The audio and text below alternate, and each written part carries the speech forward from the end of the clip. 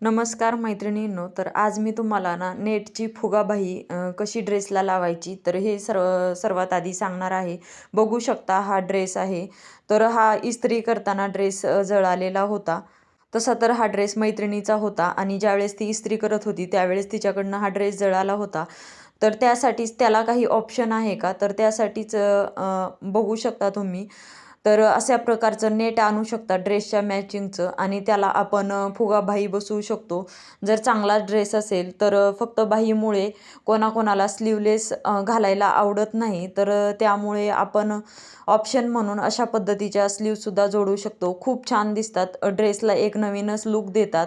तर सर्वात आधी मी बाही ही व्यवस्थित शिलाई उसवून घेतली. ड्रेसमधनं बाही उसवून घेतल्याच्या नंतर हे बघू शकता खालच्या साईडचा काठ जो आहे हा आहे तो मी दंड घेराला लावणार आहे. त्यासाठी मी अर्धा इंचाचं शिलाई मार्जिन सोडून कटिंग करून घेतलं आणि हे बघा ही पट्टी किती भरत आहे ही पण मी मोजून घेतलेली आहे. तर ही 1.5 इंचाची पट्टी भरत आहे. तर ते मी फक्त बाही लांबी याची 8.5 इंच आहे आणि 1.5 इंच मायनस केलं तर 7 इंच होतं आणि त्यामध्ये 1 इंच शिलाई मार्जिन अशा पद्धतीने मी 8 इंचावरती बाहीची उंची घेणार आहे. बघू शकता तुम्ही. तर हे बघा उंची घेतलेली आहे. मी बाहीचा मोंडासुद्धा मी ज्यावेळेस ड्रेसचा मोंडासुद्धा मोजला होता तर 9.5चा मोंडा आला होता.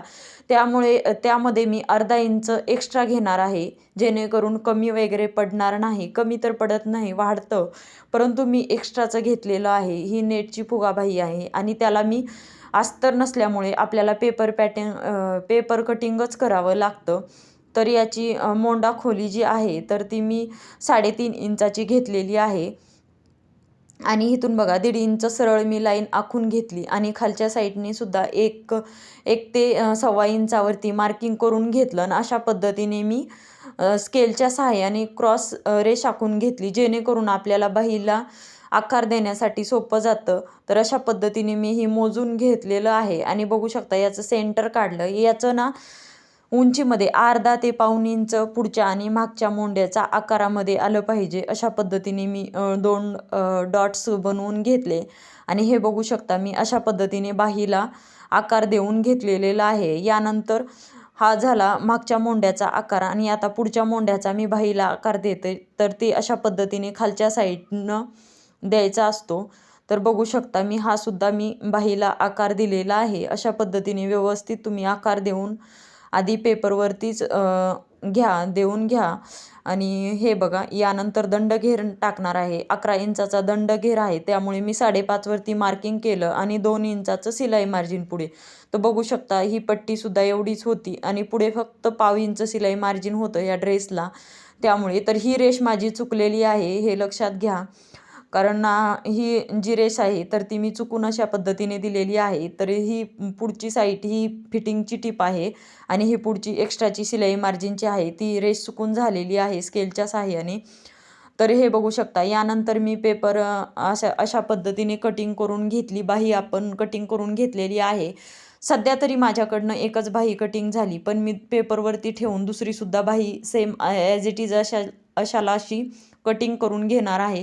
कारण नेटची फुगाबाई बनवायची आहे आपल्याला. एक बाही अस्तर वगैरे असं काहीच नाही, तर दोन्ही साईडला मी पेपर ठेवूनच स्टिचिंग करणार आहे. तर बघू शकता तुम्ही. ज्यावेळेस मी स्टिचिंगला घेईन तेव्हा तुम्हाला दाखवतेच आणि नेट घेतलेलं आहे.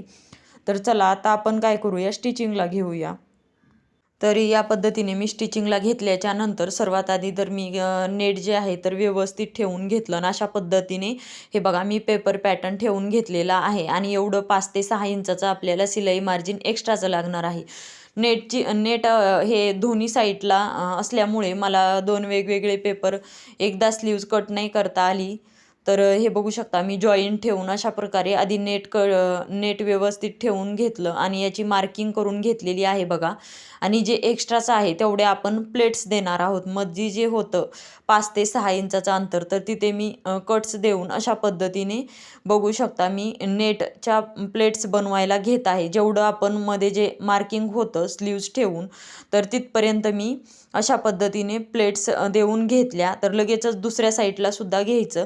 तर जर त्या साईडला आपल्याकडे तोंड असेल तर दुसऱ्या वेळेस मशीनच्या साईडला तोंड करायचं. अपोजिट साईडला दोन्ही प्लेट्स एकाच बाजूने येऊ द्यायच्या नाहीत, दोन्ही विरुद्ध दिशेला आले पाहिजेत, तरच नेटचा फुगा छान येतो. तर अशा पद्धतीने मी या सुद्धा नेटच्या प्लेट्स बसवून घेतल्या आणि बाही रेडी करून घेतली.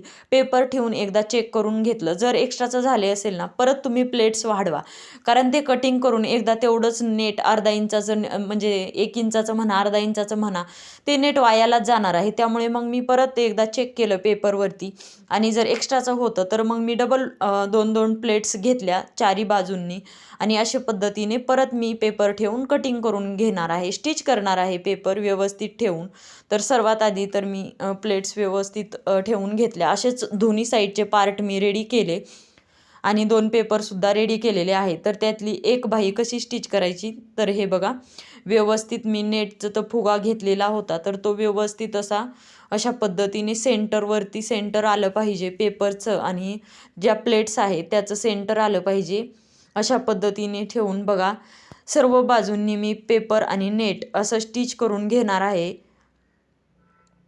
बघू शकता तुम्ही, व्यवस्थित मी सर्व बाजूंनी असं पेपर ठेवून बाहीचा आकार निघण्यासाठी नेटवरती अशा पद्धतीने मी स्टिचिंग करून घेत आहे. बघू शकता 1/2 इंचाचं शिलाई मार्जिन सोडलेलं आहे. नेट आणि पेपर अशा पद्धतीने स्टिचिंग झाल्याच्या नंतर बघू शकता बाही आपली अशी रेडी झालेली आहे आणि खालची जी दंडघेराची साईड आहे तर त्या साईडला एक्स्ट्राचं मी कटिंग करून घेतलं आणि याचा दंडघेरची मार्किंग दोन्ही साईडला मी करून घेतली. वरच्या आणि खालच्या बाजूला मी फक्त छोटंसं लक्षात यावं म्हणून आपल्याला पट्टी ठेवण्यासाठी अशा पद्धतीने मी पट्टी ठेवून घेतलेली आहे.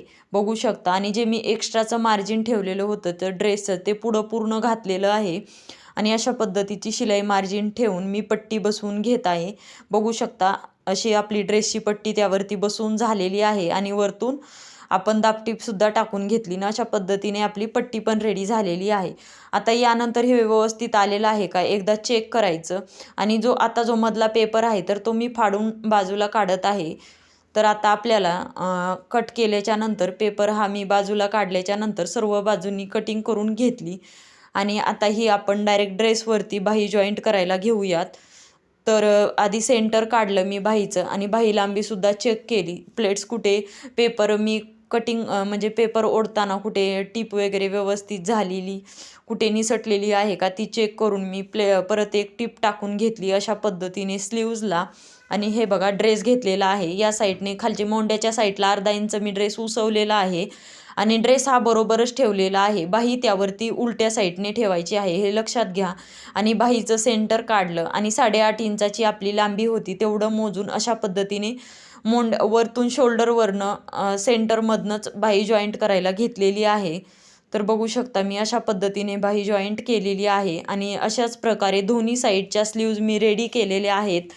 आणि यानंतर बघू शकता तुम्ही मी दंडघेर मोजून घेतला आणि एक सरळ टीप खालपर्यंत नेली, तर दुसरी टीप मोंड्यातूनच बाहेर काढली आणि तिसरी टीप एक सरळ लाईन म्हणजे कट केली आणि रेडी केली. अशा पद्धतीने पूर्ण ड्रेस आपला हा मी फुगा बसवून रेडी केलेला आहे. तर बघू शकता तुम्ही ड्रेसला किती छान असा लुक आलेला आहे. तर कसा वाटला व्हिडिओ हे नक्की कमेंट करून सांगा आणि चॅनलला लाईक, शेअर, सबस्क्राईब करा.